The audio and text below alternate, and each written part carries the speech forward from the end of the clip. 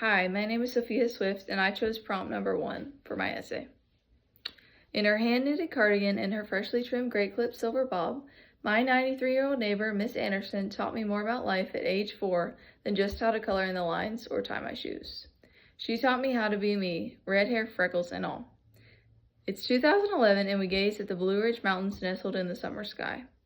Sitting on her back porch, we watch squirrels dart through the skyscraping longleaf pines, bushy tails flickering in the wind. We listen as our eccentric neighbor blares rock music from his garage. Feisty as ever, Miss Anderson shouts at him to turn it down, then guides us inside to her sitting room. As we meander in, I beeline to the kitchen to grab my favorite knickknack of Miss Anderson's, a faux chocolate dip spoon. That spoon, simple as it may have seemed to an outsider, symbolized a life built upon breaking the mold. Born shortly after the 19th Amendment and a time when women were only beginning to gain independence, let alone build lives outside of the home, Miss Anderson had already set her sights on college, venturing to become something others thought she could never be, educated.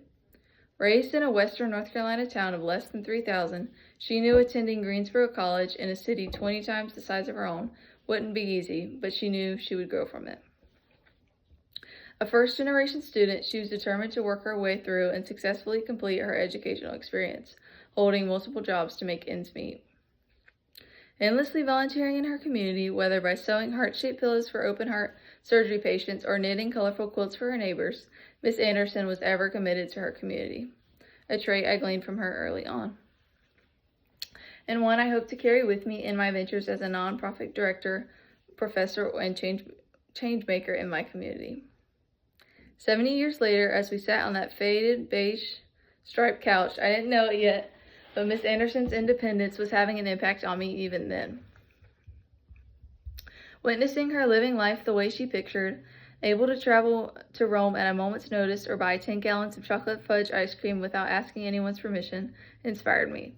I knew I wanted my life to play out the same way, spontaneous and fun. At that moment, standing in her sitting room, something changed in me.